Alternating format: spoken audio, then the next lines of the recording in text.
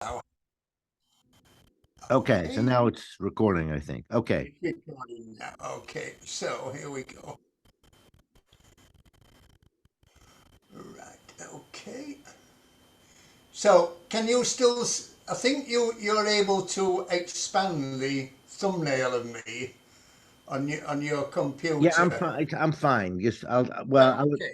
if go ahead, get started and let me see what yeah. So, I mean, this is not really what you would call improvising, but it does fill a space. It's just the first couple of bars lend themselves to this.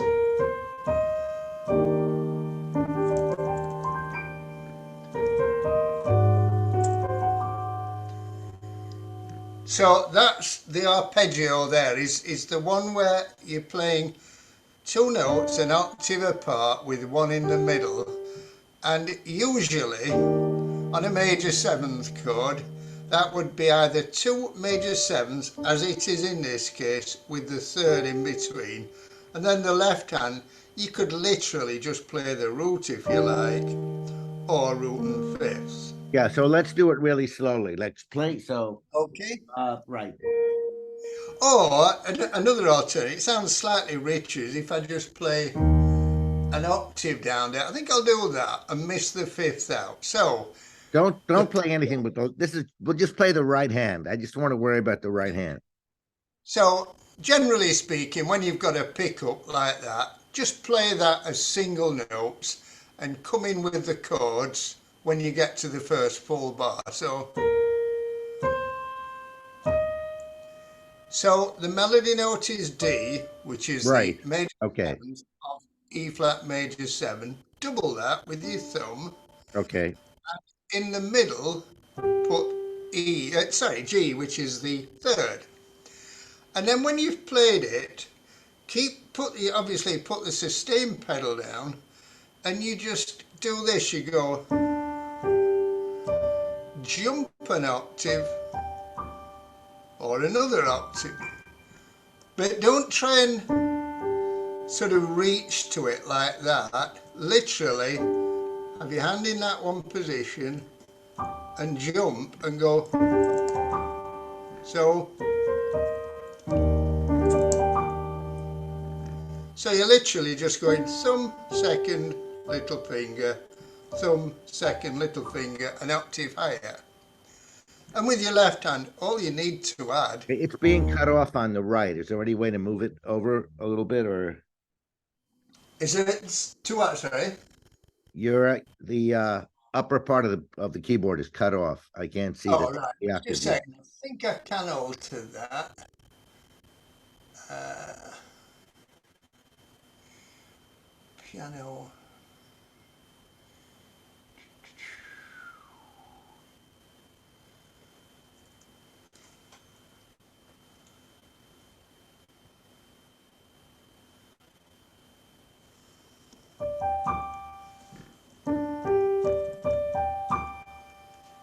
Is that different? I can't No, tell. that I can see.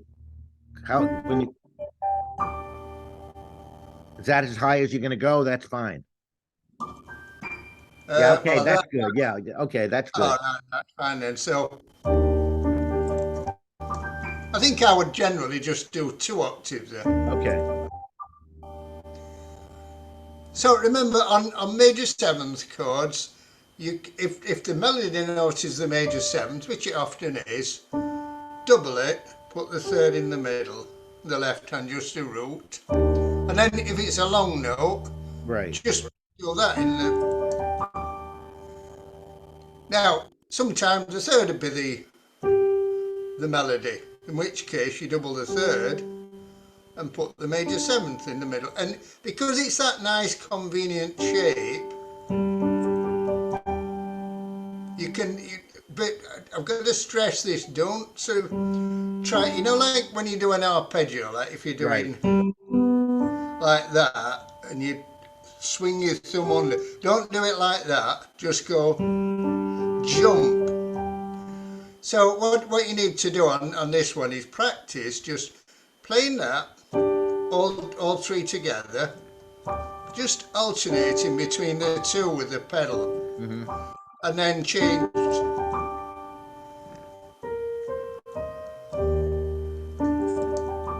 And also, don't sort of rush into doing that. Just let that chord settle for a Right. minute.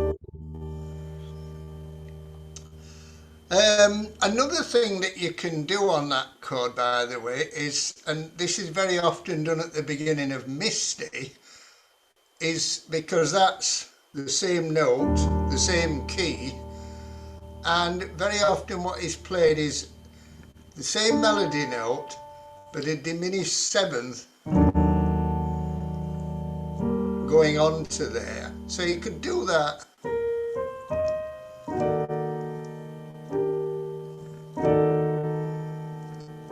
Okay, let me find that, okay? Because it's good for me to work on the tunes with you. Then I can notate it and see what you're doing. Let me see if I can find Misty. Okay, we should plan ahead of time. Next time we'll have a list of tunes that Sure. let's see. Do you know which book Misty is in? Misty is probably in every. Um, I don't, to be Yeah, honest. hold on.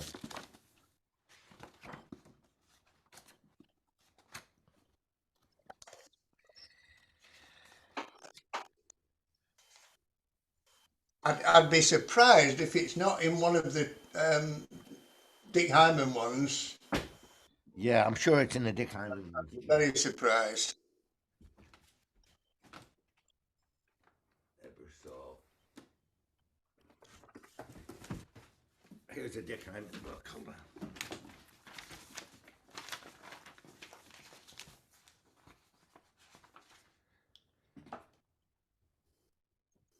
Misty. Okay.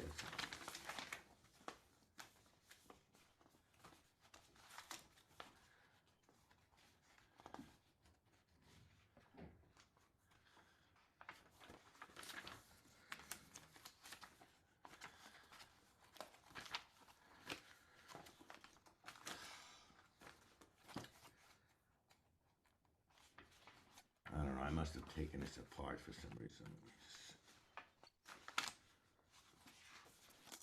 J.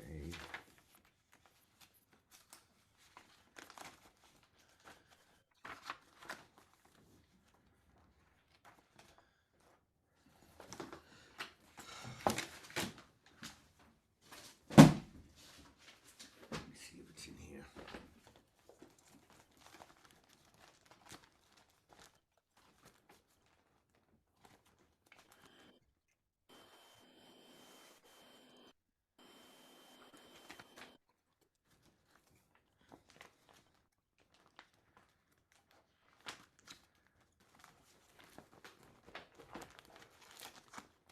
I'm sorry. I'm so disorganized.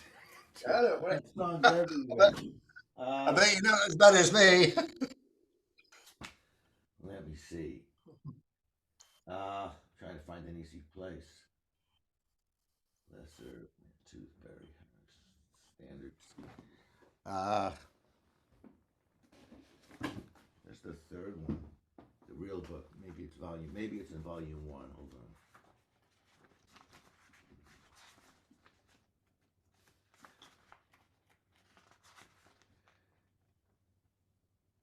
Here's me. Okay, I got it. 213. Let's see. All right, that's an E flat. Okay, so where? Let's see.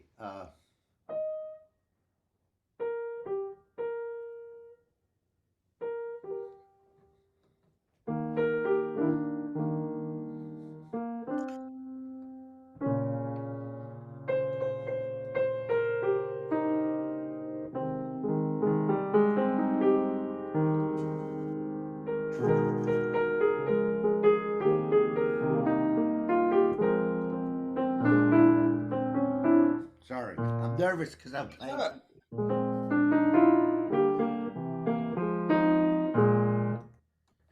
I I have to make this. Are you there? I have to make this yeah, a yeah, request of you. Okay. Yeah, yep, I know sure. it's going to be difficult. Okay. You have to That's sort all of. right. It would really please me though. Okay, is that if you could sort of regress to playing the way I play. In other words, play with the Yeah, yeah, sure. voicing in the left hand, like just the simple chords, as if you were a Okay. beginning student, and the teacher said, "You know what? I'm giving you this special training. You have this unusual student, and you might have to face him, and he has this need to voice in the left hand and play the melody in the right hand. He wants to learn also to improvise in the left hand. He doesn't want to play just the walking bass line. He wants to play the chords as written. And Okay. that may be a little bit of a challenge, but I'd appreciate if you could sort of attempt to do that because that would sort of Sure. put us on the same page where you're sort of doing what I'm doing. It's easier for you to do what I'm doing than for me to do what you're doing. Sure. Okay, so All right, Misty then. yeah. So let's start the beginning of Misty. Yeah. Okay. So all Where you do then in where are that case, where are you on the first? You're so starting from the beginning. I'm starting at the beginning of Misty, and the first two notes again, it's a pickup. You're in E So flat also, correct? yeah, yeah. Okay. So don't need to play anything on. I mean, I tend to play like that, but you don't need to do that on a pickup. Just do that, and then quite simple here. Then the melody note is the major seventh. So with your left hand, just play an E flat major triad. Like that. Now that's okay. You know when I say about I'm perhaps overstating this thing about the third being not too close to the bass. What I mean is not down there, but if it's there in the first octave below middle C, that's fine. So that would sound like this, Right. which is absolutely fine. Now, if you wanted to put that diminished seventh in, you could just do this.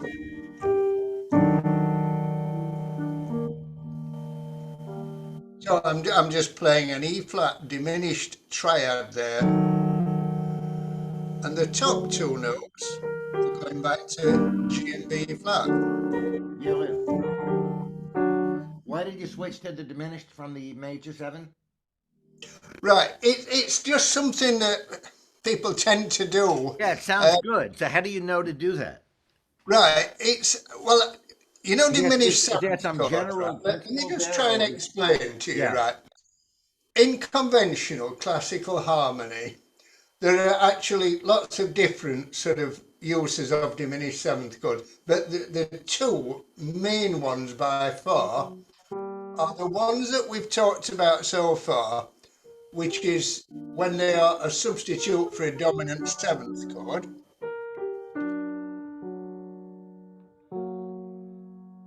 I'm just thinking for a second.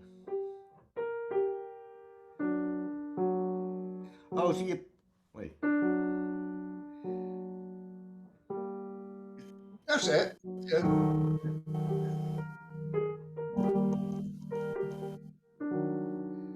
Right, so you're playing the minor third rather than the major third. Yes, yes. So what I'm just going to do is show you why that Yeah, this is works. really important. I really appreciate this. Yeah, These are the kinds of things that I want to learn because I can apply them to yeah, multiple sure. tunes once I Oh, get a sense of what you're absolutely. Yeah, doing. sure. So I'm going to explain it in the key of C major first of all All to right. make it easier to understand. So there are two fundamental primary uses of the diminished seventh chord.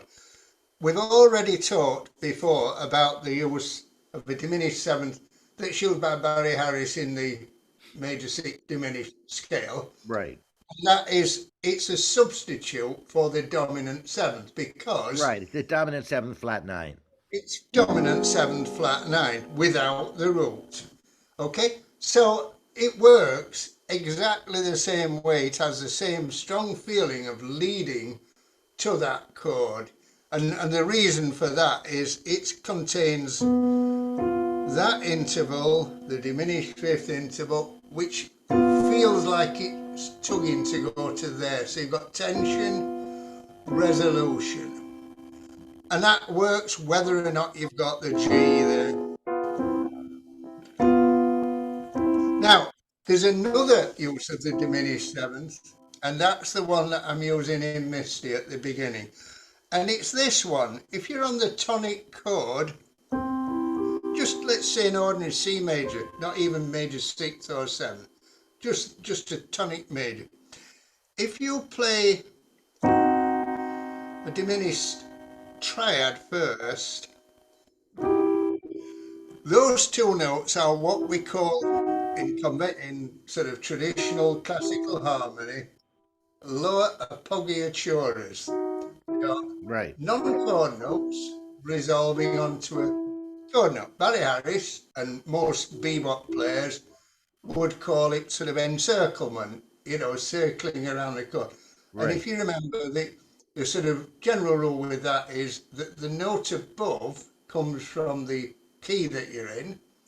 The note below is a semitone below, irrespective of what key that's in. So, in other words, those two notes aren't in the key of C, but it works as long as it resolves onto the there. Now, if you had you can still keep the seventh there, even though that sounds really quite dissonant, but very pleasant when it resolves. Yeah, It but I works mean, really what well. are some examples where you're playing? So this would be a situation where you're playing with the chord you're playing here in this case is the, let's see, uh, it's an E flat major seventh here, right? That's the Yeah, chord you're playing, and rather than it's let me just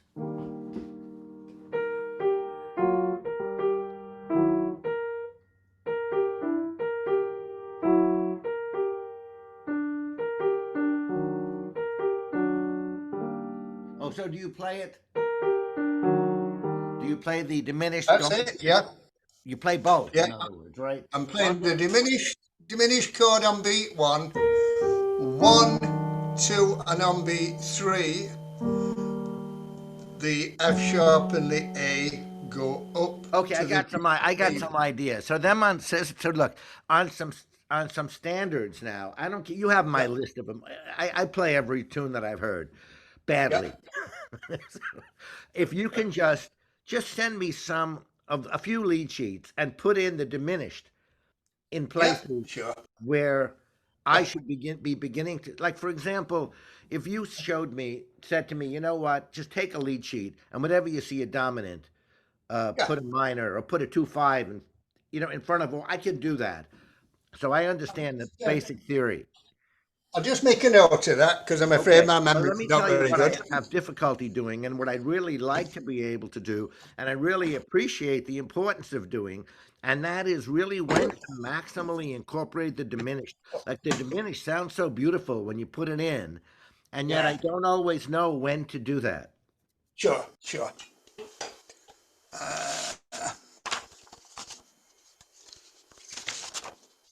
I mean, believe it or not, I know I've got. it's funny about piano and about teaching. It's sometimes like people will spend a half an hour on a lesson, which you can learn something if you learn it in 1 minute, and that can change your playing entirely. And you can spend Oh a yeah, half an hour, or an absolutely. hour watching something, you get absolutely nothing out of it. You know? No, no, absolutely.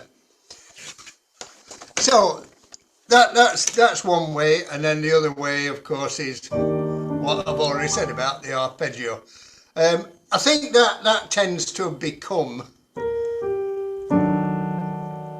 a fairly standard way of playing it. Okay. Okay, so now you don't need to play the chord every time the melody plays something. Just usually once is perfectly Right. sufficient. Now, just there, the melody note is the third of the chord, and therefore, even though you're doing a left-hand chord, you don't need to play the third there. It is Wait. Let me beginning to sound. show me where we are. Hold on. So this is the second bar, the B flat minor 7. The B flat. Okay.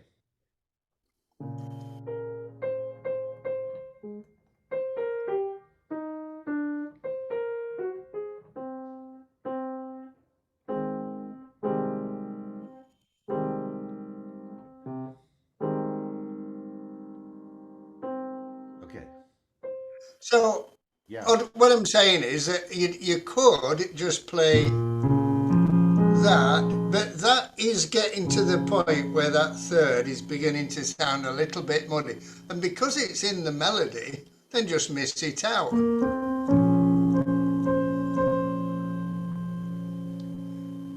And then for the E flat 7, you can play it like that. Just now the third's not too low there, so that's fine just playing that probably the way that you've learnt to play an E flat 7.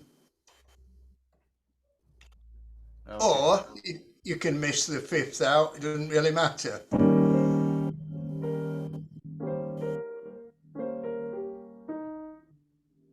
And then when you get to the A flat major 7, once again, the melody note So if you were is playing, if you were playing, third. show me if you were playing the A flat 7 in your left hand, just play the A flat 7 just as a chord in your left hand.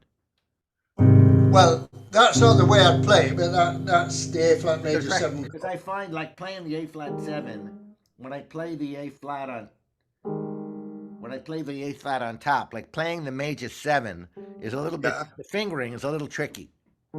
Playing the A and the playing the G and the A flat.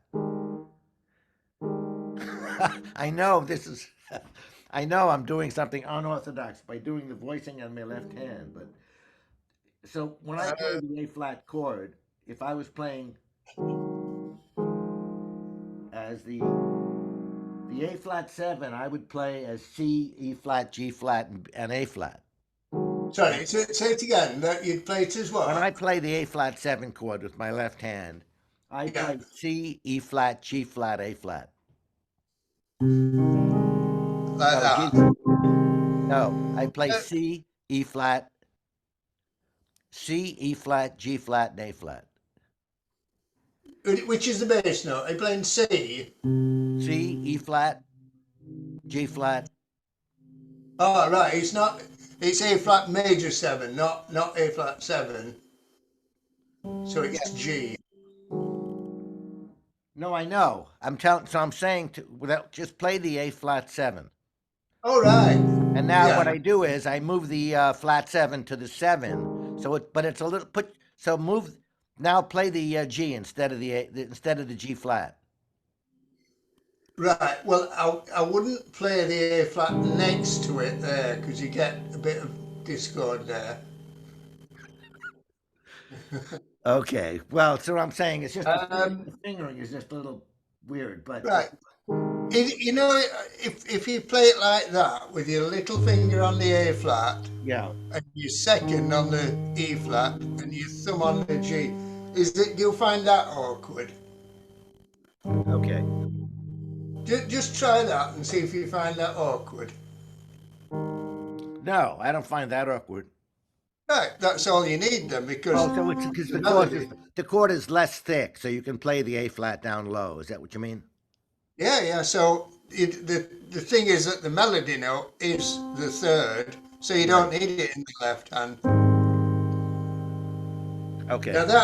that sounds much better than like that. You can hear that sounding too crowded down at the bottom. Okay. So the beauty of this is that the long melody note and in the first bar, the first melody note in the second and the long one in the third are all either thirds or sevenths, which means you don't need them in the left hand. So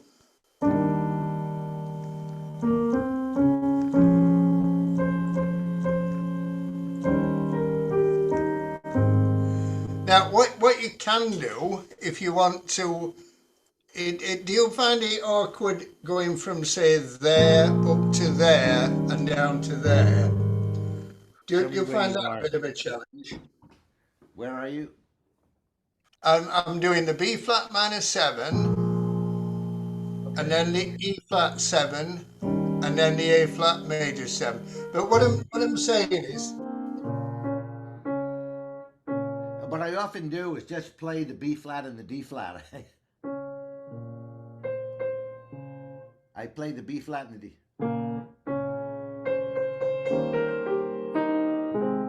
yeah, that's what I was going to say. Look, if you play it like this,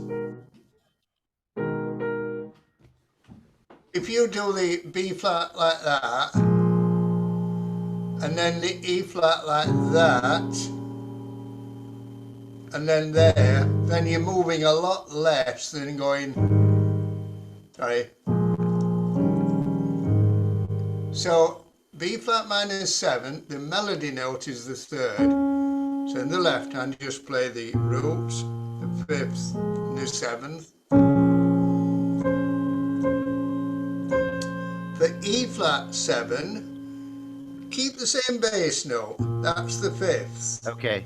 Seventh, root, third. And then for A flat major 7, again, the melody is the third. So you don't Right. need it in the left hand just root, fifth, 7. So I'll just play that now. Okay.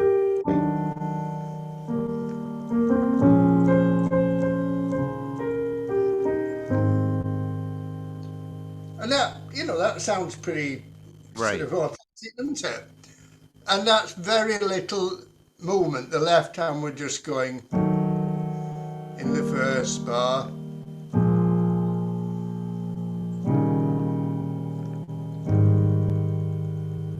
Now, on that bit, by the way, there's that little movement that you can put the major 7th going to the 6th, which just fills that bit of space.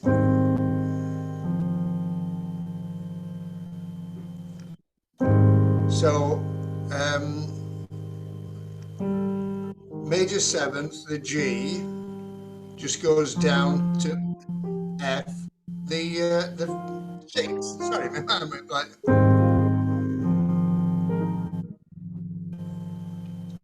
Or, if you want to do it a little enhanced version, chromatic passing note. So I'll put that in context.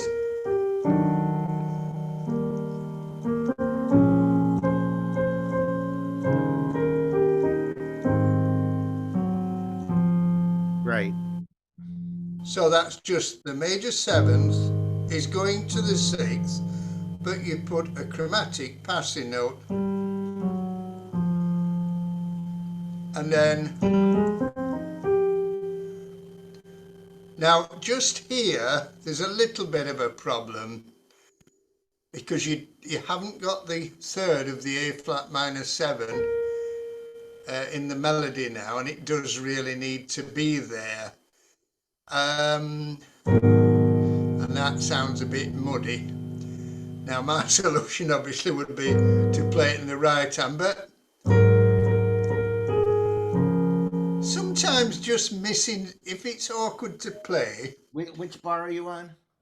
This is the fourth bar, A flat minor 7 going to D flat 7.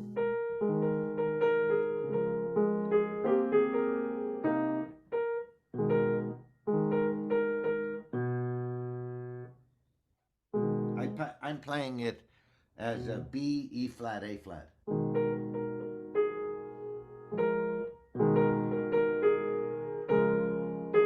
Hey, say that again. What you playing for A flat minor 7? I'm playing B natural in the bass. B. You're playing it in first inversion. Yeah, that'll do. Yeah.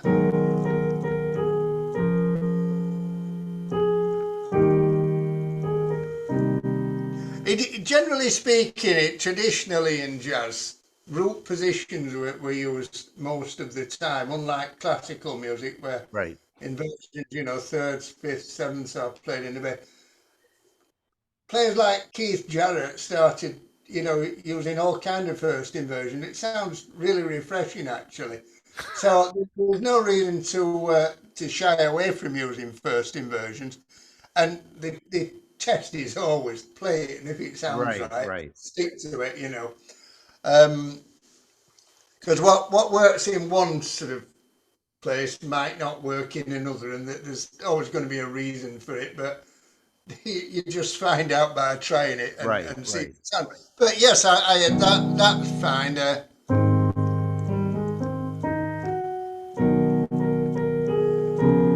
If you do that.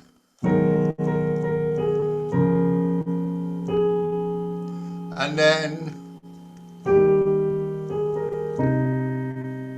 now just there, the E flat major 7, the melody is the third, so don't really even need it in the left hand, but you can play it there, miss it out there.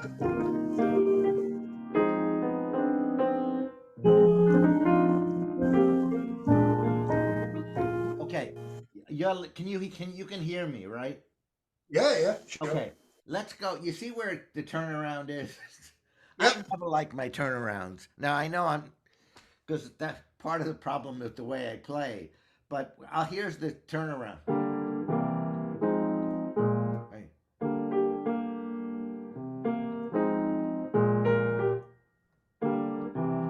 Can you show me a simple you using just your left hand? Just show me how you basically play that turnaround simply with the left hand.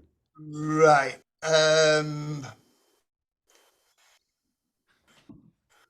Right.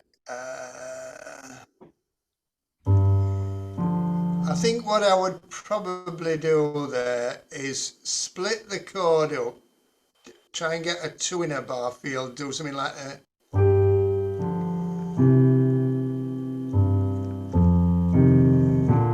Okay, and So I'm basically, gonna say to you, I'm gonna limit your options. You can only use your left okay, hand. okay. So I'm only using my left hand then.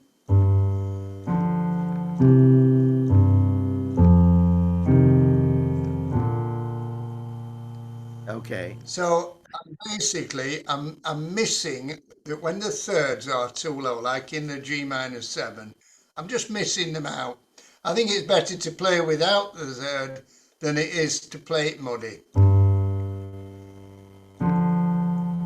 So I'll just play the shapes So you're without playing. So splitting it. you're playing G. It's G minor, C7, F minor, B flat 7. Correct. Yeah, Those are the four that's it. notes. Yeah. So Okay. So on the go G ahead. minor 7, I'm omitting the third because it's too low down there. So I'm just playing the root, the fifth, and the seventh. Simply going to root and third for C7. Okay. And then again, I'm missing the third out there.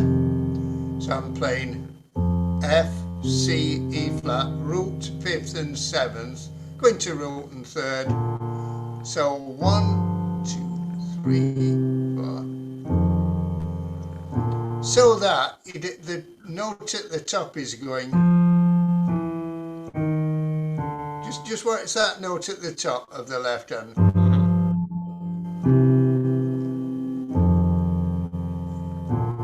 So you've got a nice little Right. It sort of walks bit of down. melody Right. there. Now, if you want to put sort of runs into that in the right hand, let's come up with some really basic ones. On the G minor 7, go.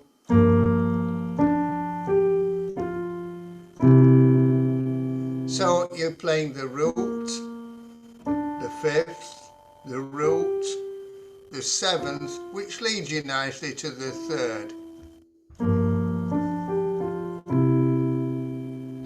Just try doing that. Third, fifth, root, seventh, third of C7. Just try playing that. B flat with your thumb, Hmm.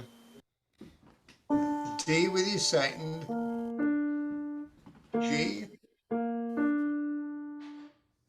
Go ahead. What are you playing? Go ahead. I'm going from the third to the fifth to the root. So I'm only using the notes of the triad there, and then the 7, and that leads nicely to the third of C7.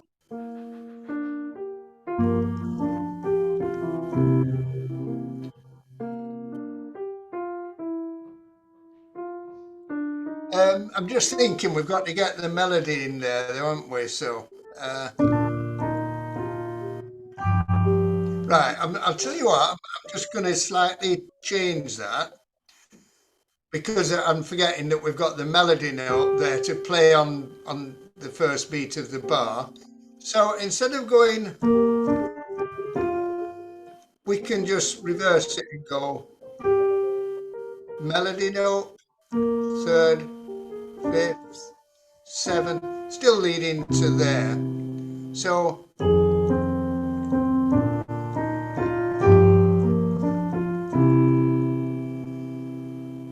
Yeah, that's so. Just do that. You see, wait, you see where you just led into that. The last thing you played like. so Yeah, so up to that point, I'm just playing the melody and then I'm filling in, just going third, fifth, seventh. yeah. Remember when When you played it, sort of like a chromatic lead into a note. Um, yeah, when you're doing a 2-5-1 or anything where it's moving by fifths, the root's right, moving by fifths, the seventh of the first chord going to the third of the second chord right. always sounds good. Because that's sevenths basically come from being a passing note of a G minor. It's just a passing note between that note and that one. And then you can repeat that pattern on C7 by going, sorry, oh no, so we're starting on G. I'll do it from there.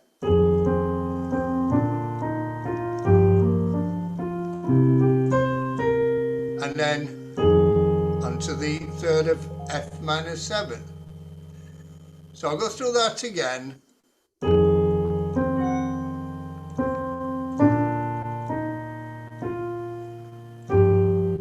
So that's just melody there, and Yep. then little fill, third, fifth, seventh, going to third of C7, fifth, root, seventh, going to the third of F minor 7, and then fifth, seventh, and then I would play root there, going to the third of B flat 7, and then that leads you back. So Yeah, I like those little ways in which you can the part. Let me the part where you were, I think from the C. Yeah, yeah, that where you come around with. Right. Are there like not numerous figures like that you use that you could yeah, yeah, make a yeah. compilation Um, of that I could sort of practice? yeah, on a minor seventh like G minor 7, there's a couple of things to work on. Is just taking the triad at the bottom first and putting a passing note between the root and the third. So you can come up with different combinations of that. So you could do what I've just played, or you could go reverse the first two notes, or you could just reverse the entire thing. If that was higher, you can very often displace a note that you're going to by an octave. So instead of going up to the D there, go. Now that, helps. Sometimes you find patterns take you too far up or too far down. And if you've got a pattern under your fingers, just think, right, when that starts to happen, the note that you're going to, displace it by an octave. Now, as well as playing that passing note in between the root and the third, a passing note between the third and the fifth works well. So that would lead you nicely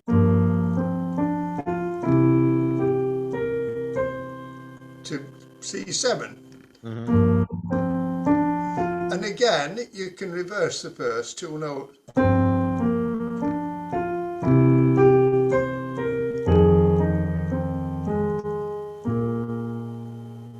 Yeah, I sort of need to get the passing notes in my head, and then when I'm Yeah, playing something, I'll just play them. yeah. Um, an arpeggio that is used ever such a lot in jazz, and it is a must-have one, is simply going up the notes of often on a minor seven, but on other chords as well. Just going third, fifth, seventh, ninth.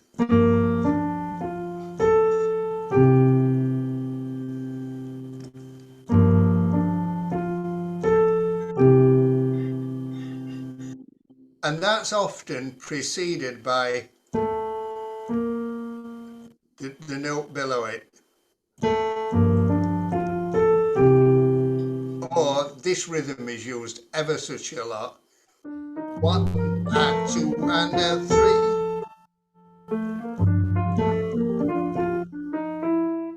Wait,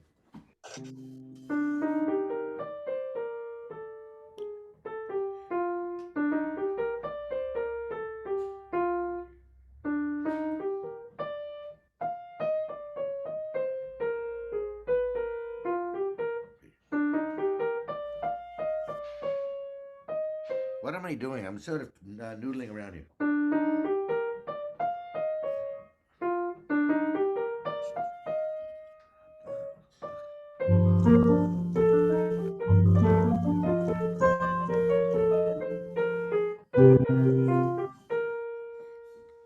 Wait.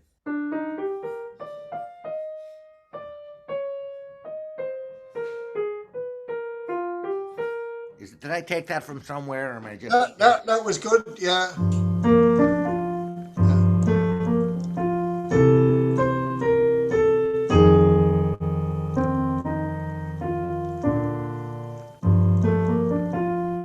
So that was the arpeggio on the G minor 7. Then you went on to A, which is the 13th, C7. That Uh, works nicely. You went up to the root, 7th, back to the 13th, and that led perfectly to the 3rd of F minor mhm. 7. Right. And then just a simple or chromatic passing note. Another thing, of course, you can do is use the bebop dominant scale. Now, remember that C7, a bebop scale, is Right, where the major seven is the passing note. that's it, yeah. Now, that same scale is used over chord 2. So you could use that on the G minor 7 and then do a little turn around the E, except for that would be too many notes for that, but Right.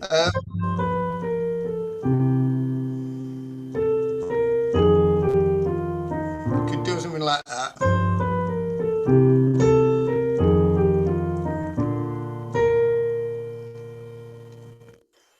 So that particular part of the scale played over the minor seventh.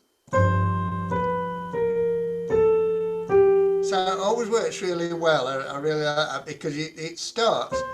The C is the 11th of C of G minor 7, but you don't really need to think about that. You just think Right. in B scale.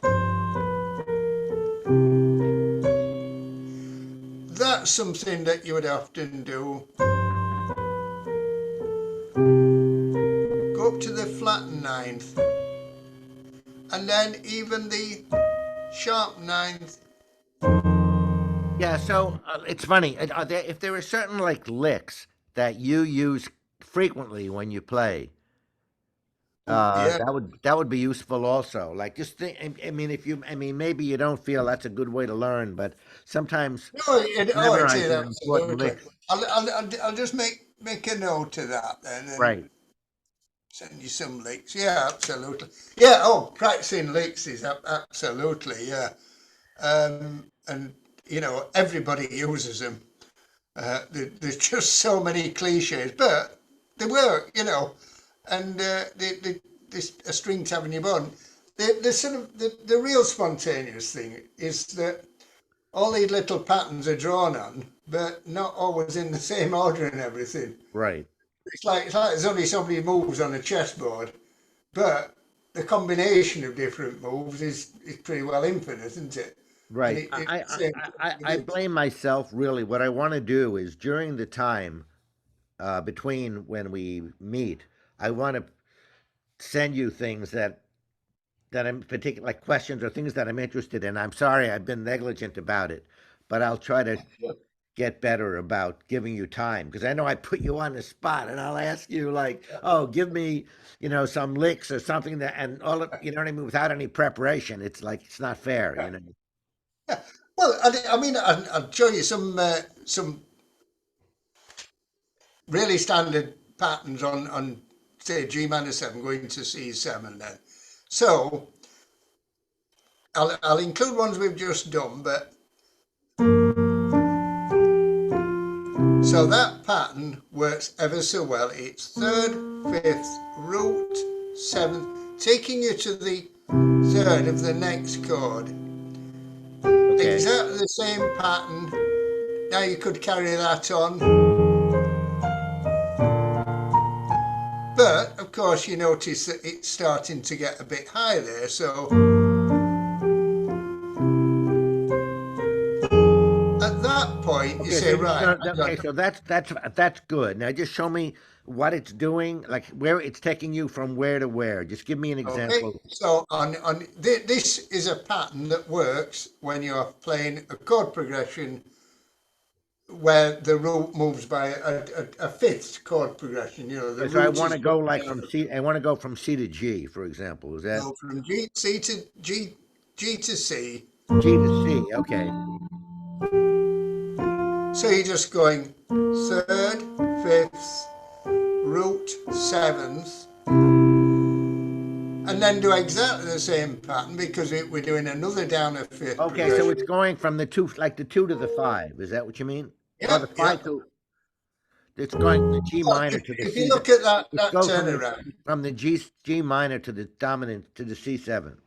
yeah, but then also the C goes to the F, which is down another fifth, which Right. goes to the D flat, which is down another fifth, and therefore you can repeat the pattern,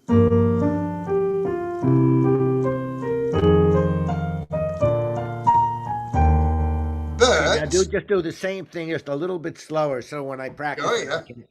So I'm using exactly the same pattern on each chord. Right, I can see exactly. I just want to do it.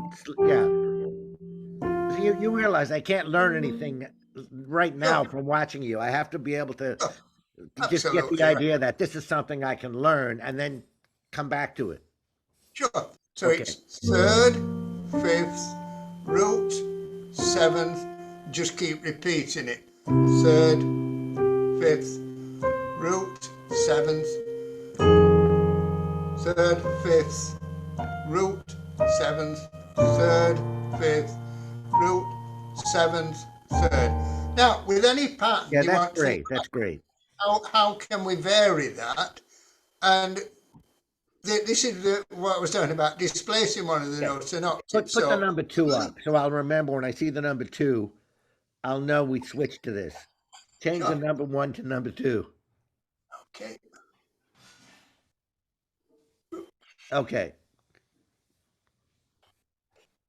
That way I can find this easily. Go ahead. right. It's good. Oh, it's all right. I pressed it. Right, I don't know why I'm going to have to stop the share and put it back on. I don't know why that. I don't know if that stopped the recording. I don't think it has. No, Is it still mine's recording? still recording, I think. Yeah. Right, that's okay then. That's fine. Right. So Okay, so yeah. if So you have any what? additional one, let's continue along this mode of what we're doing, like showing me various. Okay. So the next thing with that one is, as I say, it was getting a little bit high. It wasn't too high there, but if you carried on doing that pattern, obviously you would say, right, well, you've got to do something else. And a very simple way is just to, I'll do it on the first two chords. Now I am playing the same pattern, but instead of going up to the fifth, I'm going down to the fifth. So instead of going, I'm just going down to the fifth. And that's what I was talking about, this displacing one of the notes in the pattern by an octave, either up or down. Okay. So you vary the pattern. Right. So then another way, another pattern, we could start off with the same thing. And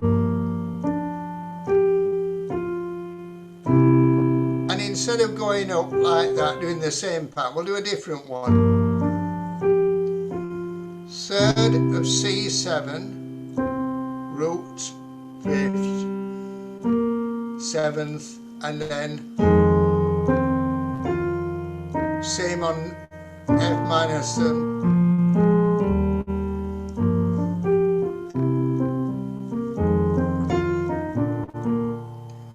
So that's another pattern. The first part, the G minor 7, is playing the same thing. So you're starting on the minor third of the G. Yeah, but the second chord, the C7, I'm playing a different pattern. I'm still starting on the third, but instead of going up to the fifth, I'm going down to the root, and then to the fifth, then to the seventh.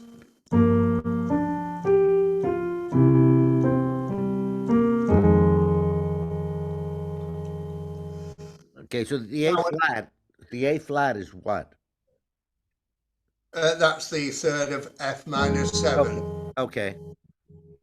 Now, another very common pattern is this one. Before we move on, Yeah. I didn't get the context of it. You're starting on what of what chord and going to what of what chord. Sorry, yeah, sure. So I'm doing G minor 7 to C7 again. So I'm starting this time on the root. Starting on the minor third of the G. Oh, you're starting on the G? Okay. No, this is a different pattern. I'm starting on the root of G minor 7. And it goes like this. Root, 7th, 5th, and then a chromatic passing note taking you to the third of C7. Now that is used extensively, it really is.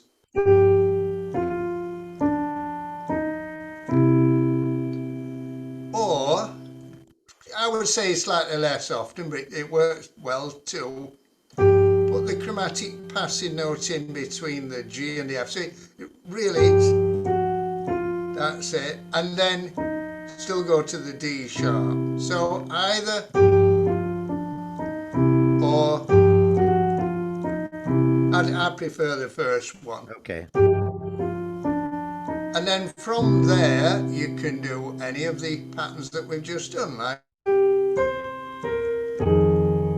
or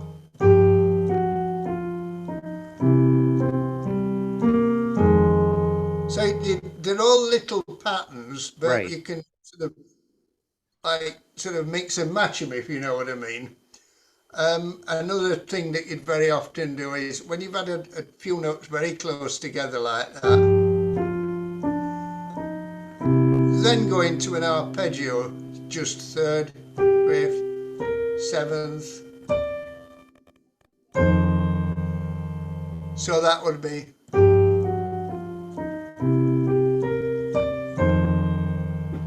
Or put the flat ninth in that arpeggio.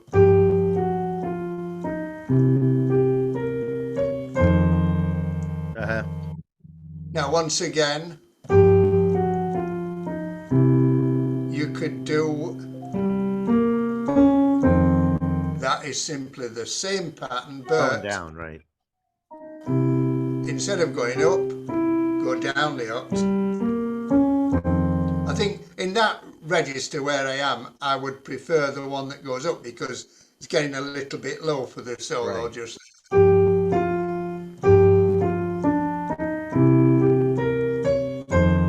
and then from there, just come down the notes of C, F minor 7, third, seventh, sorry, what am I on about? Fifth, third, root, seventh, and then taking on to the third. You notice, by the way, how I'm sort of aiming for the third of each new chord. Right. You don't have to stick to that all the time by any means, but the kind of patterns that we all tend to practice a lot tend to do that. Right. So it's good. It's useful when you before you show me each one. Say like we're starting on the third of what and going to the what Well, whatever we tend to of each. start on the third of a Right. chord, end on the seventh, which leads you to the third of the following chord. Okay. So we start on the minor third. Yeah, so if we're going from G minor 7 to C7, we tend to start on the B flat, Right. end on the F, which takes you to there, and then end on the seventh, which Wait. takes Hold. you You to start on the minor third in the key yeah. of G, and then you're on the in. You're still in the Right. key of Well, G. You're still in G. what I'm doing, I'm just playing the chords of the turnaround. That's G minor 7, C7, F No, minor I just 7. want it right. I want to just know what key you're in when you're playing the right hand. So when you're playing the F, you're still in G. It's the seventh. Uh, when I'm playing the G minor 7, well, it's no, that all that bit is actually in the key. Right, sorry, G minor 7, C7. Yeah, that's 2/5 of F or Right. F So when it minor. goes from the B flat, you went from the B flat to the F, right? So the F is the Right, seven in the key. It's still the seven in the key of G because it would be a sus in the key of C. no, yeah, but the way you're thinking of it is not the way I would suggest. The way Okay. to think of it is it's just a G minor 7 going to a C7, which is a 2/5 in the Right. key of either F major or F minor. Um, and I would just think of the notes I'm playing as in relation to the chord. So third, fifth, root, seventh, Right. third, fifth, root, seventh. Now, that pattern, by the way, is often practiced through a cycle of dominant seventh, going through the entire cycle of keys. So you could go start on C7, F7, B flat, 7. Now here, reverse the pattern, just displace the note. And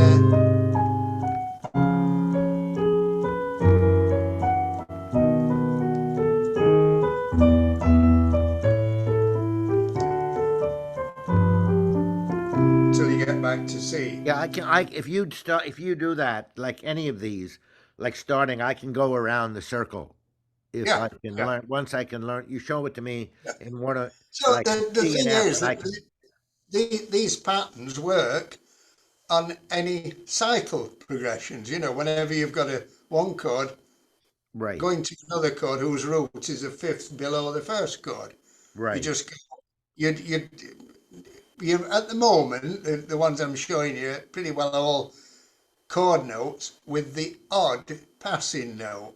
So on the G minor 7 in that pattern, I'm not using any passing note. The F is a chord note. It's the seventh. So they're all chord notes, and then there's the odd passing note. So just there, chromatic passing note, Yeah, I can hear it. I can hear it. and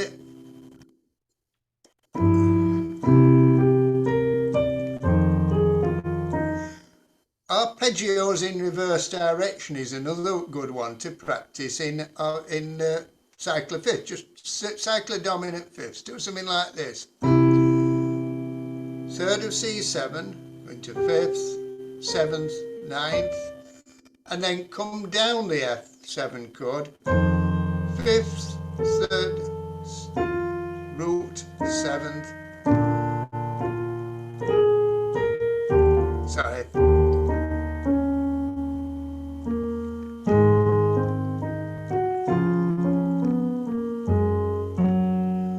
So just an arpeggio going up, a different arpeggio coming down.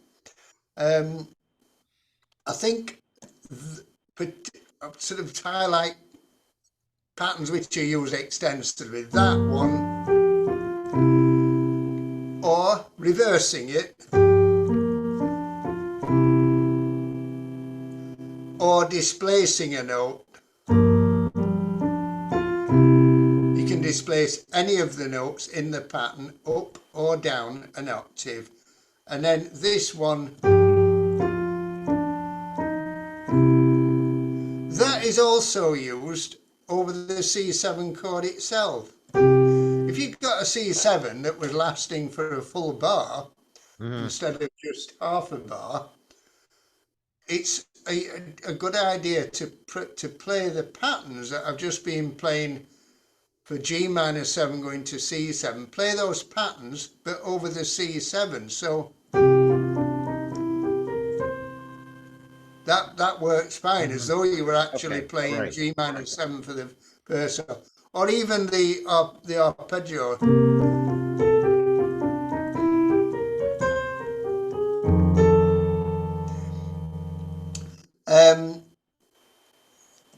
Okay, This so is anyway, this is another one. Say the using, when I was talking about putting that passing note in between the root and the third. So, and then exactly the same pattern on C7. So I'm just basically playing the notes of just the triad, but putting one passing note in between the root and the third. And exactly the same on C7. Could do the same on F7. But then you could go down the octave.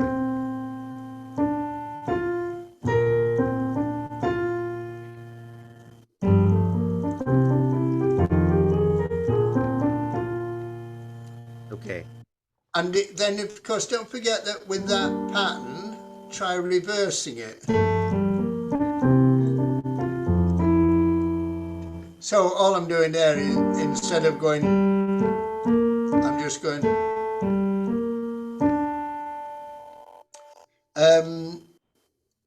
There's the going up the arpeggio.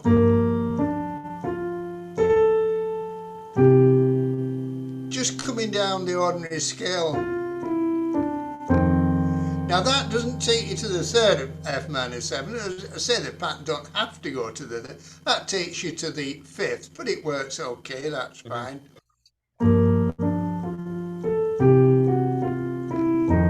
That's another one where you could put a little bit of a chromatic scale, and this time end up on the 7th of F minor 7. So I did this. So on the G minor 7, that's the arpeggio, 3rd, 5th, 7th, 9th. And then on the C7, I'm doing a bit of a chromatic scale so that I land on the 7th.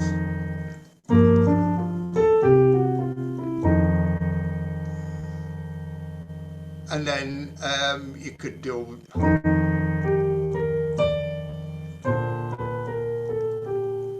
that would take you could do the same pattern there.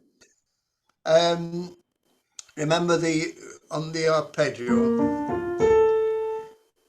very often this rhythm is used time and time again. 1, 2, 1, 2, and 3. Now, what I did on the C7 just there was I used the pattern that was actually from the G minor 7, thinking of that as a G minor 7 chord. The passing note is A in between the G and the B flat. But it works on the C7. That's another thing to think about when you're trying to come up with little lines and that. Think of the G C7. You think, well, actually, if I put a ninth on there, I can just play around with the, the fifth, the seventh, and the ninth because it's a G minor triad. Where's the G Or minor? Where's the G minor triad? right, so I'm taking a C7 chord, I see it. Okay. adding a ninth, Okay, and with the then I'm ninth, thinking, right? okay, let's just experiment with just the notes of the fifth, the seventh, and the ninth, which Okay, you can think of it as a G minor chord. right. In which case, you can play one of the simple patterns, or or just coming down, putting two passing notes. That would work if you were doing, say, a full bar of C7. Hmm. If you're doing a whole bar of a dominant seventh chord, it's a really good idea to, when you're improvising, coming up with a line, to think of the first half of the bar as chord 2. So Right. you can use those notes, but over C7. When you play the F, though, you've got to remember that that is actually clashing with the third, but as long as you go straight on to the third, it works. But Yeah, it's funny. if you stay, I was watching one of the videos that you had where you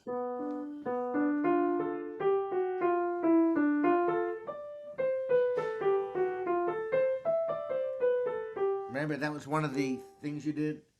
yeah,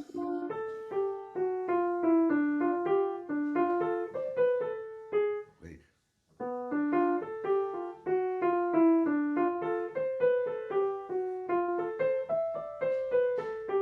that's and I was just trying to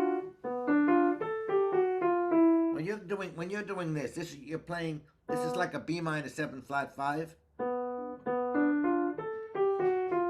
When you're doing this,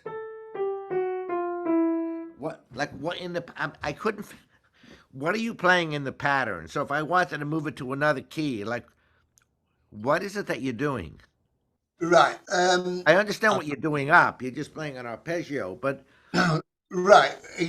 I think probably the one that you're thinking of is when I'm talking about, for instance, if you were improvising over a C major 7, you can think of it for a whole bar.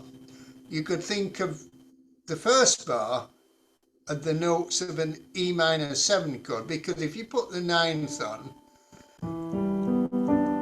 you've got an E minor 7 chord. Now, also, you know that C6 is the same as A minor 7, right. and therefore you could improvise around an E minor 7 going to an A minor 7, because remember that is a down a fifth progression, even though you're actually only playing one chord, a C chord. So Right. you could go, Try to do what I would put your right hand on the your thumb on put your thumb on the B put your thumb on the B natural. well, that would probably have been on a G7 chord, was it? I don't know what. No, you were playing B. You were playing an arpeggio. You just played a B minor seven flat five. You just played B D F A in the right Yeah. hand. Right. So When you that and was then you came probably and then you so you went like this.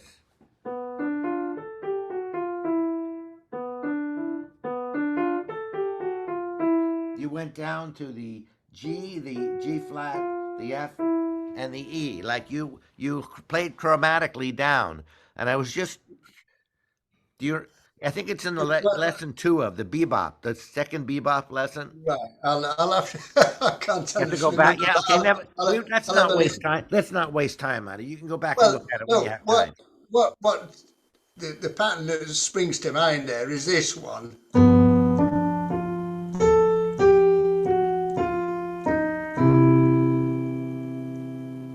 Which is just slightly different from what you said. So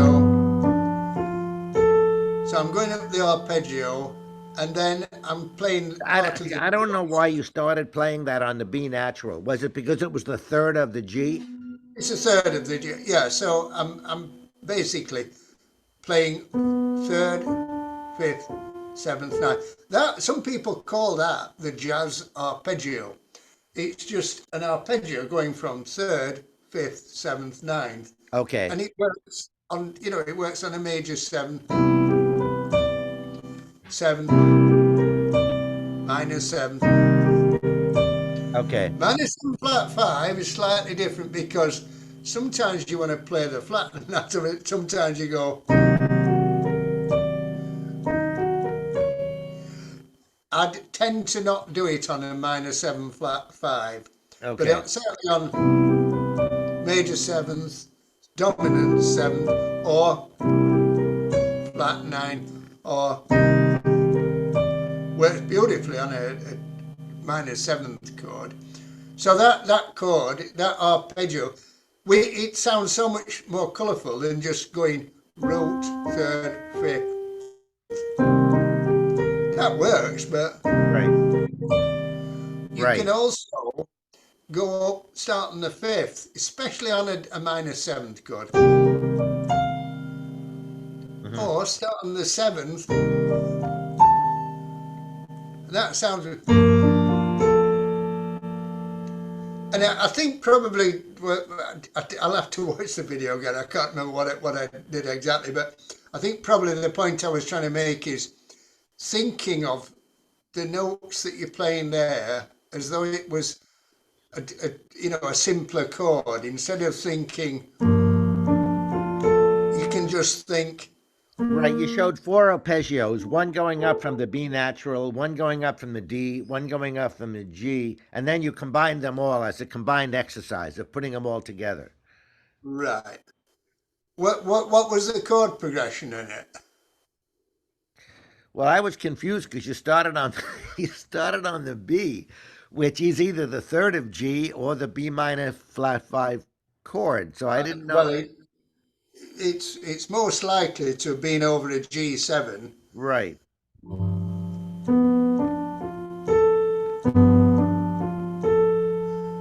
And then you went down. You played G flat, F, E, Yeah. and then you played the next Oh, arpeggio. right. So I was probably going. Did Oh, I then go to you see? didn't play the E flat. Then you played the D arpeggio, I think.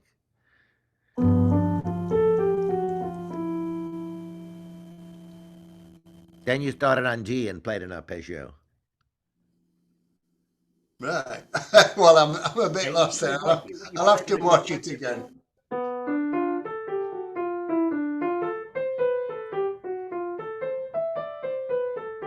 That's what you played. Sorry, just do it again a bit slower. This was what you did. I know it's a while ago.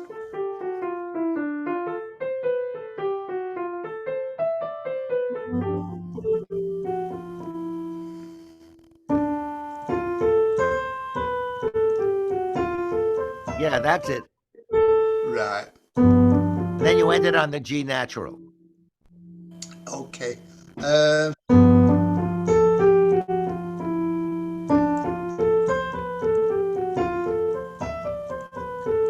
That was it. Right. That's what you Okay. played. Yeah. So Yeah. maybe Sure. Right. between now and then, you could just tell me Right. what you would So do. yeah. Because Sorry. I wanted to just move it to, I wanted to like play it in all keys. But then I Right. just was Okay. trying to understand Sure. what would I go to So next. Uh, right. we could So talk about it next basically, time. that isn't a chord progression. All that is over G7. Okay. So I think right. I'll have been talking about combining arpeggios with the bebop scale. So remember, for G7, the bebop scale is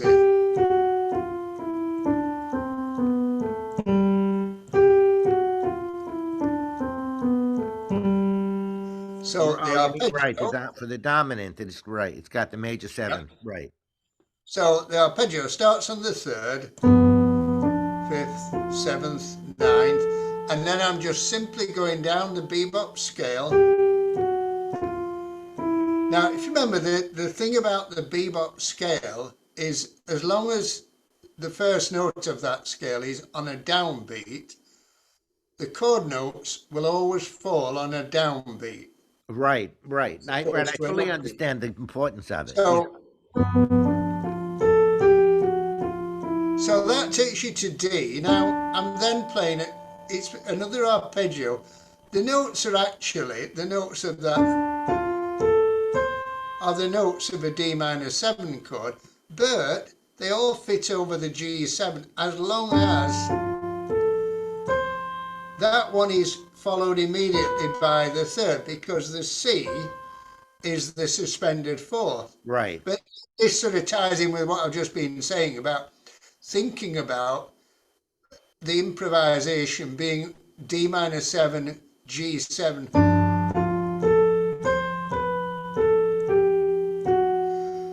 and then the same passing up, because that's part of the bebop scale. Right. I didn't see that. Right. I didn't see that. So that's yeah. Sorry, I remember now. No, I probably missed it. You probably said it on the recording, but I didn't pick it up. Yeah, yeah. So it's basically a combination of a rising arpeggio and then a descending fragment of the bebop scale. I got it. Okay. Well, I'll take a look at it again and think about what Sure. about the bebop Yeah. scale. Okay. Yeah. Um. Okay. So let's just jump because I appreciate everything you're doing for me. Yeah. Um, I just feel like learning the right hand. It's like I am working. I don't want you to think I've forgotten it. I don't want you to think that I think it's not important. No. No. I'm trying to like slowly integrate it into what I'm doing as opposed to like if I was a lot younger, I would devote like a semester to just learning that, probably perhaps a Yeah. couple of weeks of 24 hours a day. But at this Yeah. point in my life, I'm not prepared to do that. Sure. I totally understand that. All right, so And you're absolutely right that you don't want to take away the pleasure of playing. So yeah, I think what you've suggested it works. So just going through Mist again. So remember that the diminished that's something. The use of a diminished seventh chord on chord one when the melody note is the major seventh. What it means really, it's not actually a diminished seventh because that would be C. It's a diminished triad. right. But in any event, Rick, if you could, when you're looking at lead sheets, when you're doing other lessons or whatever, whenever you Yeah, see something interesting where you can add it, particularly diminished, like I know at some point I'll be adding, I can add two fives and so on. But now yeah, I'm particularly interested in adding the diminished. When you see yeah. it, perhaps you could just pass along some lead sheets where you've written in places where I can play around with adding the diminished. Sure, yeah. Okay. So remember that there are the two sort of uses of a diminished seventh chord. The main one by far is where you're playing it instead of the dominant seventh. Right. So that's the whole sort of basis of the Barry Harris thing about those Right. scales. So that use of the diminished seventh you put in um, where you find bits of melody that move about in steps. For instance, the lead sheets that I sent in C major. Yeah. You just uh, get that up. There's a perfect one in there.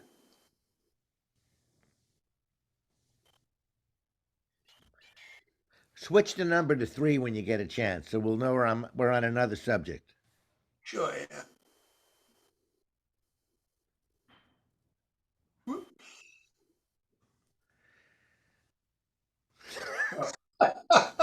It sounds like some. I told you to just make a piece of paper and write something on it, but you had to do some technological thing. Know? There we go.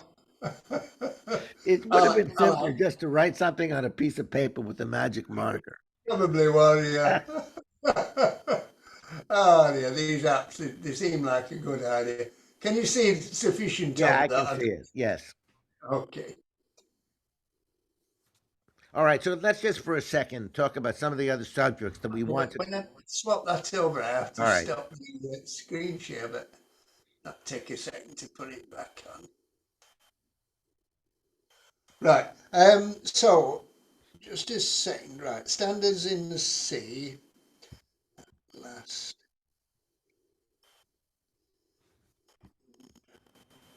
Right. Body and soul there. So body and soul in the key of C starts off with a bar where the melody goes. So you're just alternating between the root and then a passing note on a D minor 7 chord. So that lends itself. Now you could just go.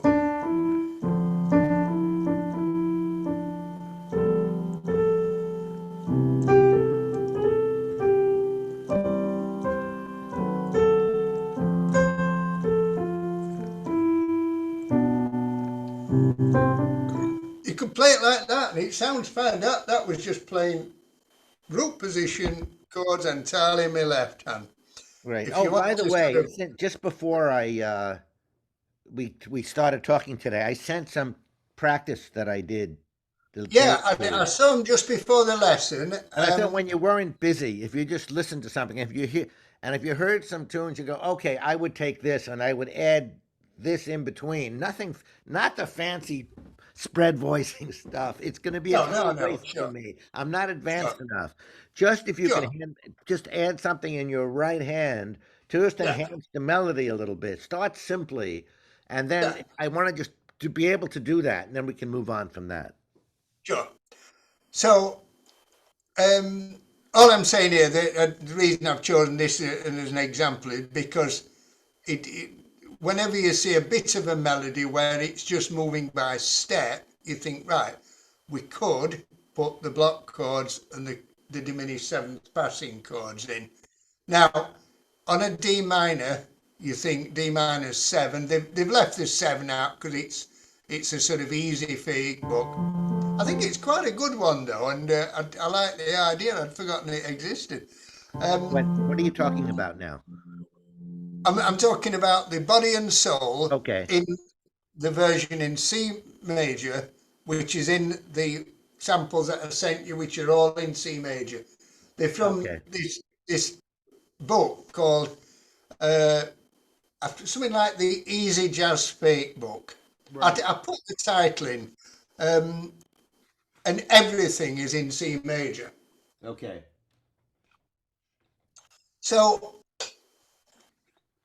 the first, so D minor, so think D minor 7, and then think D minor 7 is the same as F major 7. Might be a bit too advanced anyway, but I'll just show you anyway. It's something that perhaps you can think about later on. So you just think, right, use.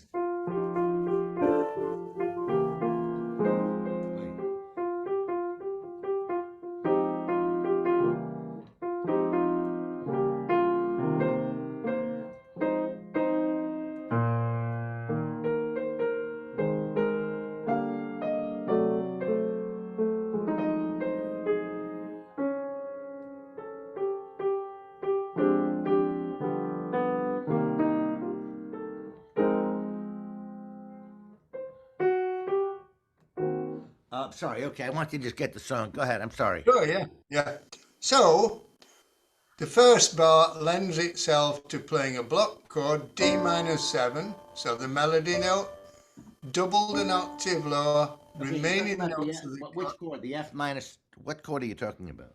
D minor 7. Oh, you're okay. You're right. I'm looking. I'm looking at the. I don't. I couldn't. I have to look for the sheets you sent me because I didn't have Sure, it in yeah, front okay. of me. I'll not stay on this one, but All right. it's just an example of something that would hit you. So the melody is going. Right. So you just think, right, block chord D minor 7, going up to diminished seventh, back to D minor 7, Right. or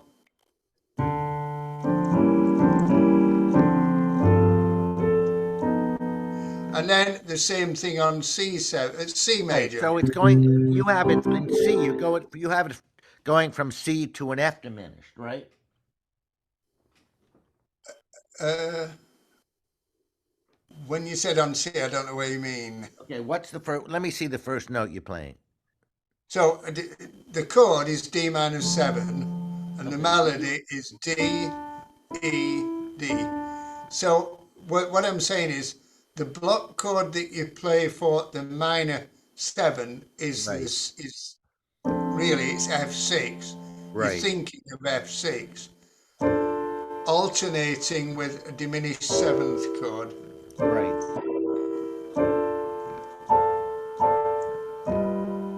Right. Let's skip this for now because I don't have it in front of me. So, Sure, yeah, yeah. but I'll make Oh, a but note of that and I'll go I'll back to it. just mention this as well while I've got it in front of me. Okay.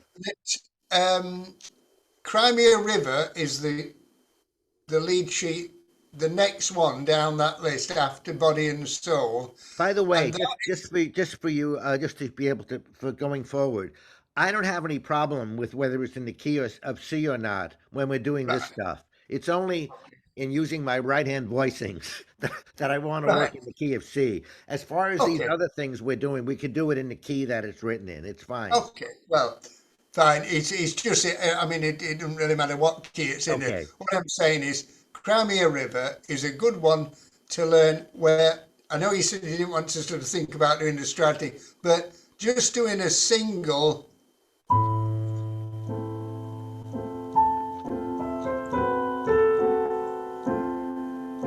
We do the James Bond thing in the left hand. Right. Play an A minor chord. The fifth goes up a semitone, up another semitone, back down. So if you just play a single bass note Hmm. and then just a triad,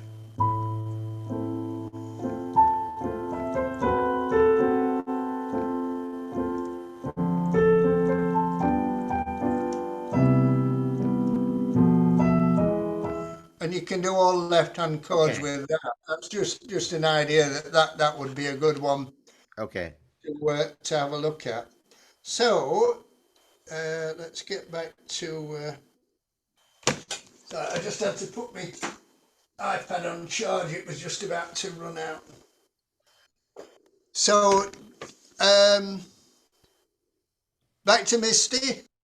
No, I wanted to go through the list of things so that at various times, not this week, but necessary going forward, we're on the same page with some of the things. Like one of the things I wanted to do going forward is to learn how to work with the backing track. Did you make a note of that last time, or could you write it down? Yeah, sure, yeah, Right. So when yeah, even just playing, just listening to something that you play that you've recorded, or taking a track from iReal Pro, just a 2/5 in the key of C or F, so you yeah. can just learn to show me how I would begin to learn how to improvise over it or use you know what you know what I'm Hey, talking about. yep, certainly. So, So you might go um, that simple, and I mean it seems like there's an expectation that everyone can just play it with the backing track, but I have never played with the backing track, so I don't have any comfort level with it at all. sure, yeah. Okay, So basically, do you remember we went through the settings and you can set it to get a two-bar counting?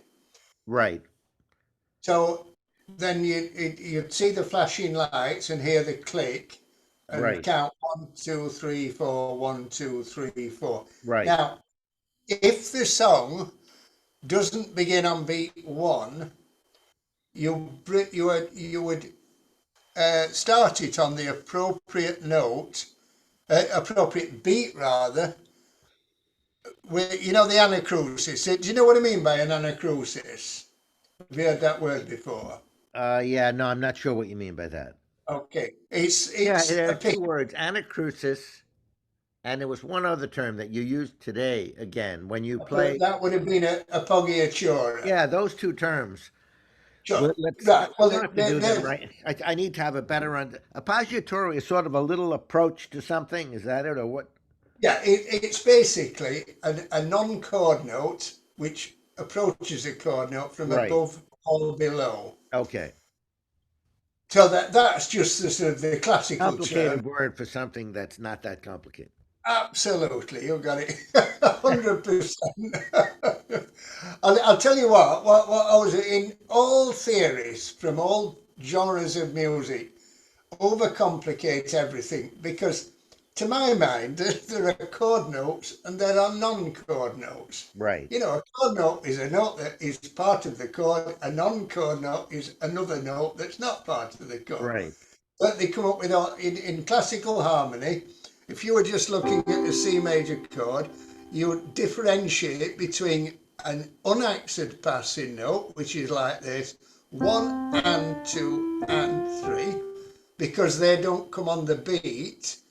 And then you could have a passing, say, one and two and three, where the passing note comes on the beat. So they call it an unaccented and an accented passing note. And then you call it, if it doesn't actually pass between two chord notes, if it just comes before a chord note, you call it an appoggiatura. Right. And then if you call, then if it, you have what some people call escape notes, which is say C, C major chord, C is going down to G, but it goes up a note, Right. and they give that a special name. And I just think, why not just call them Right. non-chord notes, you know? So yeah, all theories tend to make things absolutely, as you said, simple Right. things can't sound complicated. Sometimes terms are helpful. Like I like the term leading tone because that sort of Yes, yes. that's a useful term. Yeah, it is. You're right. Yeah. So going back to anacrusis is just the sort of traditional uh, expression. It means when you start a tune with an incomplete bar. So, for Right. instance, Mystic starts with two quavers which come on beat four. Now, if you're doing a tune with a backing track, you know you were saying about you weren't sure how to know Right. when to come in. If you choose a piece where you're starting on beat one, then there's no problem. You just listen to the count in one, Right. two, four, two, two, three, four, and then start playing. If it's an incomplete bar like this one, you have to work out what beat does that begin on. Right. So it's two, we call them quavers, you'd be calling them eighth notes, which add up to one quarter note. So it comes on beat four of the bar. So it's like one, two, three, four, one, two, three, four, and one. So that's always something to bear in mind when you're using a backing track. Yeah, I'm not quite sure whether you got me then. Do you Yeah. think you understood that? Yeah. Yeah, I'm right, and I've for the most part I've depended upon my ear for timing yeah, as rather than yeah, formal notation, and I appreciate if you could be patient with yeah. me on that I'll because tell you what I I am. I've been having a because I was thinking about when you mentioned about backing tracks. I've got one of those. It's in another room, and I don't think I've used it for about 10 years. But it was a really good. You know these keyboards where your left hand you just play a chord and it comes up with a complete band and everything. right. I've got one of those because I used to play down at a retirement village. I couldn't believe it. They got a grand piano, but they didn't like me playing on that. They liked me Right. playing on the keyboard, that played all the band and everything. But it was a really expensive, good one. And the backing on it is exceptionally good. and you can put an introduction on it as well. You just press a button and it. I could try just, you know, it'd be a very simple job for me just to try recording something on that. Whatever Um, you think is best. Whatever you think is best. I mean, the thing is that, as I said, I'll say totally because no. I was thinking of doing something Like unusual during the anyway. course of your piano playing, did have you ever just put on a backing track for yourself to practice playing, just writing? Yes, absolutely. Yeah, Yeah, so the that's playing what with I'd like you to backing try to track. do for me. This in the simplest way. Say, this is how I Yeah, started out. You're in this yeah, key. I'm just playing a 2/5. Just yeah, practice the Dorian, whatever, just anything, just to simply yeah, start yeah, out. Nothing fancy. yeah. So I'll tell you what. Let me just see. I struggled And we don't last need to time do it. We to don't need to find do it, it didn't I? sometime in the future. You know. If I can find it without struggling, I don't know where. I seem to. Oh, here we go. Real Pro, 251 medium swing.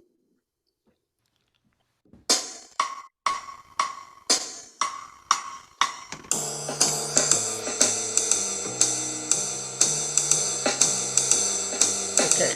So, did you get the count in there? Just one, two, three, four, two, two, and then it's the chord No, I didn't sequence. get the count in there yet. But I think I've had enough for today. I think I'm Okay. bored out. Okay. No. Maybe we can move Okay. it. Can we move it to next week? Is that okay with you? Of course we can. Sure. Yeah. Okay. Sure. Okay. Doke. Right. All right. I really Well done. appreciate it. I enjoy working with you. You know, it's just Very much. I feel I can ask you all of my foolish questions, and you're tolerant of Not at me. all. It is. I'll just finish saying practicing with backing tracks is excellent, excellent. There is Right. nothing finer for keeping you in time and Right. everything. So if you could just I take a don't. few minutes to try to simplify it as much as you possibly can for me to Yeah, sort of get started on anything, just so I yeah, can put my hands on the piano and yeah, play something, just so I can hear the beat and just over a simple 2/5 or a 2/5/1, play something, and then once I get started, I'll be okay from there.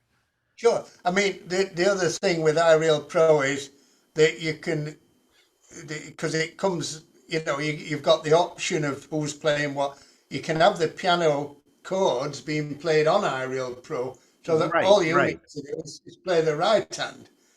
And right, then when you get comfortable, then you can remove the piano so you get in the bass and drum. right, But right. that would lend itself perfectly to you doing the chords in your left hand. Right, but so it's just And, sort of like any app. Someone says, "Oh, like it's an easy app. Everybody's using it. Just use it." But like this, I mean, I've spent enough time with the app, knowing what all the options are. What I yeah, lack is the experience of yeah, knowing the difference between all the different types. So I set it to hi hat or whatever. But I mean, there's a million different swing things for like professional pianists. So I yeah, just need basically like what do the most common rhythms mean? Like have I said it at this kind of swing versus some other type of like what are the difference between the various rhythms? Not the right. first day. The first day I want to be able to just put my hand on the piano and practice Yeah, some simple thing. But then at yeah, some point I'd like to understand not a lot about it, but just what a few of you know what I mean. I want to understand the yeah, fundamentals. absolutely. Okay. Basically, you can sum up the different fields very, very simply. Everything is either in swing feel, which Right. means that eighth notes. If you played eighth notes, say you've got a whole bar of eighth notes, just you know, Right. one and it would sound like this: one and two and three and four and. Right. Now that is what we call playing in straight eighths, and it's what's used predominantly in Latin music and in rock Right. music and in classical music.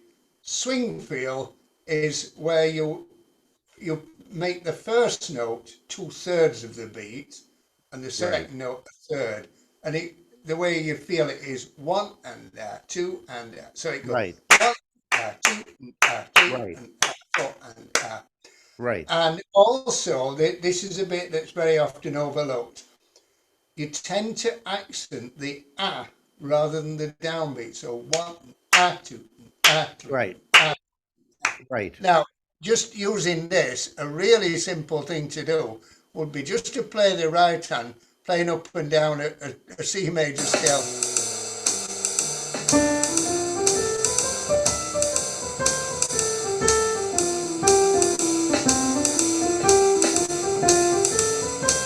Just doing it. Now Can you that, set it a little bit you would, slower? Set it a little bit slower. yeah, I was going to say that was, What was that ad about? I would do it considerably slower than that.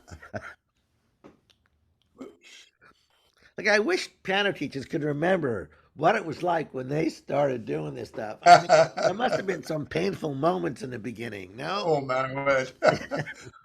Many, many. Okay.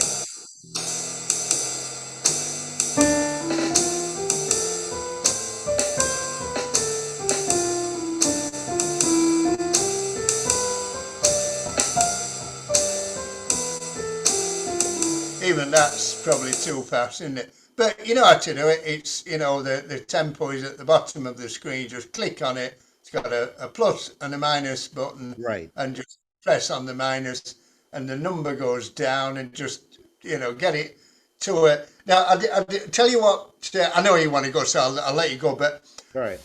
what a lot of people advocate, and I really agree with this, is part of improvising is just being able to play notes of different lengths.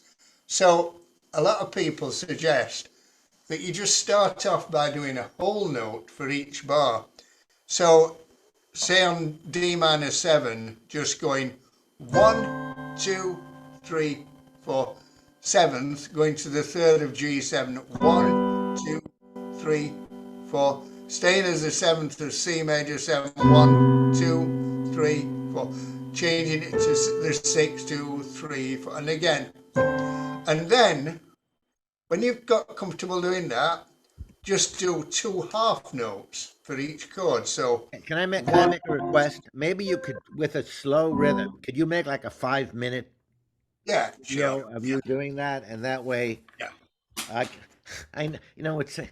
I tell you, at this point in life, like I've learned a lot of, like I know how I learn. Like once I can do it, I can do it. But sometimes the barrier from nothing to getting started seems yeah, like because I've tried to learn myself, and somehow or other, like if I could learn them, I wouldn't need you if I could learn my own.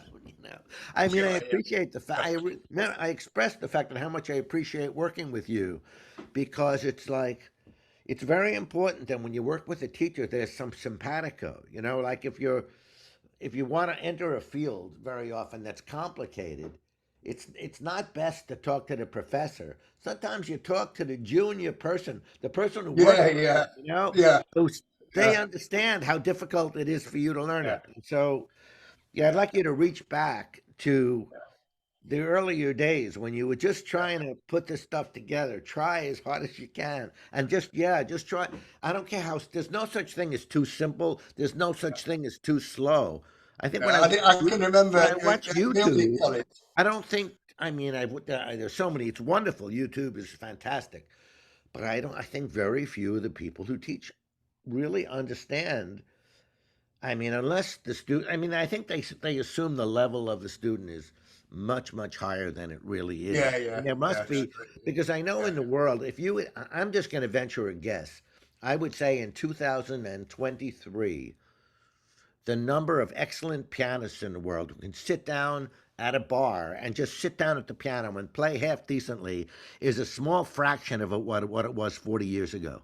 Just a yeah, yeah, tiny fraction. certainly. I think the Yeah, pianists are like, nobody's interested in this music anymore. no, no, I Too know. bad. Yeah, absolutely. Yeah, yeah, So yeah. you're I know what you're saying exactly. I mean, I always remember one day at music college when I was still puzzling over chords and that, now to voice them and everything. And I mean, the teachers were brilliant, but like you said, they were up there, right, And I walked in for my lesson, and I found these sheets. Now there were four people who were taking piano as their separate second instrument, right, rather than people like me that were doing it for the right. first instrument. And I looked at it and I thought, oh, That's these are easy to brilliant. understand. Right. I know what they're on about, And I Right. thought, why haven't they told me this? Why are Right. they telling? So how did like did you have to pass an examination to get into piano college? It was an audition. It was an Right. audition. I did a U-turn at the very last minute. I was at school. I was supposed to be doing medicine, Uh-huh. and it suddenly hit me that I was spending all day, every day, Playing the piano. practicing the piano. Right. And Well, you did what you loved. it literally got to what they call A levels and I got two offers from two medical schools. And I went to visit one of them, and I just I don't know, I didn't like. I just thought it's not me, and I'm frightened of the sight of blood. Right. Anyway, I went to the careers teacher, and at that time, although I was practicing like mad, I'd not bothered with my graded exams. Apart from when I did the first two when I was seven and eight, and then I stopped doing exams. But I got passionately interested in my teens. Right. I went to the careers teacher and I said, I want to do music. And he says, what are you doing for A level? I said, well, biology, physics, and chemistry. And he Right. went, right, but you want to do music? I said, yeah. He says, so what exams have you got in music? I said, well, I took my grade two when I was about eight. Right. But you must have been playing at a fairly high level. You had a So, private so teacher at home. How did you learn how to Oh, play? I did. My mum's cousin was the local piano teacher, I see. so Right. I went to her all that time. Right. Anyway, so he said, "Well, the only thing I can suggest is some teaching colleges might let you in."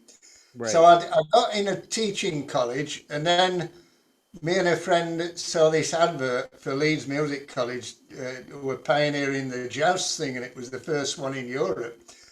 And I just thought, oh, this is amazing. Right. This is me. This is what I want to do. And the people running it were all professional jazz musicians, but they weren't typical academics. You know what I mean? They were very much real jazz musicians. Right. And all they said, you'd got to have got certain O levels and A level, a certain number of them, but you didn't have to have passed the music exam. I did actually take my grade eight piano exam at the same time, and I said, look, I have just taken my grade eight. I'm pretty confident I've passed it. Right. But I said, I've nothing on paper. And they said, all we want to do is listen to you play. Right. And so I Right. played, Right. and they said, yeah, you're in, and that was That's great. great. Yeah. Oh, Right. Well, that's all I'd like to. so, That's all I'd like to be able to do is just play. I don't care about any of the theory. yeah, I sure, mean, yeah. it's sort of like, I mean, there are people who are sort of like these prodigies who, if you ask them like what, in what, where, they don't know. If you ask them technical questions about what they're playing, they don't know. They're all playing. Yeah. Is that true? They're playing totally by ear. They don't, or they Some people certainly, yeah. I mean, particularly blind people. There was a blind right. pianist on the course, No, and but he was if you said to phenomenal. those people like, what note are you playing? They go, oh, they know it's the minor third in certain. Do they know that, or they? Because I've had people who are Some local do, friends. some They said don't. they can't teach like, and I kind of wonder like someone taught you. So I don't know whether they were trying to give me a hard time and brush me off, or they really said they don't understand it. They just play. You know what I mean? I just thought that was a lot of bullshit. Some do and some don't. Yeah, Right. there are certainly people. I mean, famously, Stan Getz. Stan Getz, I saw Right. the xylophone player that used to play with him. I can't remember, but he was talking, and he said that Stan Getz didn't know, he didn't understand chords. But well, Said there's some people who can't read who are great he, musicians, he right? said he was really good at bending notes, Right, but and he said, and it was good what he right, did, but he said he didn't understand it at all. right, Now, other people like Charlie Parker, he locked himself away and he sort right, of just explored everything until he knew everything. right, Uh, Bill Evans, fantastic pianist, one of the all-time greats. He says himself quite, or he used to say while he was alive, um, that he really had to work at everything and work it all out. Right. He said some people seem like, say, Nat King Cole, I think, was just so natural Right. and got such a sense of pitch that everything just sort of came to him naturally. But Right. Bill Evans said that he had to really, really work on it. But he said he thought in a way that gave him an advantage because he thought everything through so well, you know. So yeah, there's all sorts. Some people, yeah, brilliant. I mean, certainly true that you could learn to improvise without knowing really about scales other than just major and minor, probably. Right. Uh, I I tend to like to know what I'm doing and why I'm doing it. You know, I mean, I think sometimes on the piano you can hit on something and then think, oh, why did that work? And then work it out afterwards. You Right. don't have to know Right. why it works before you play it. You know, Right. Right. sometimes you just your ear picks up on something. Yeah. Right. Okay, doke then. Okay. So is next Oh, Saturday the same time okay with you? sure. Yeah. Yeah. All Okay, right. So I'll doke. see you then. See you Thank you. next time. Okay. Cheers then. Right. Bye. Bye.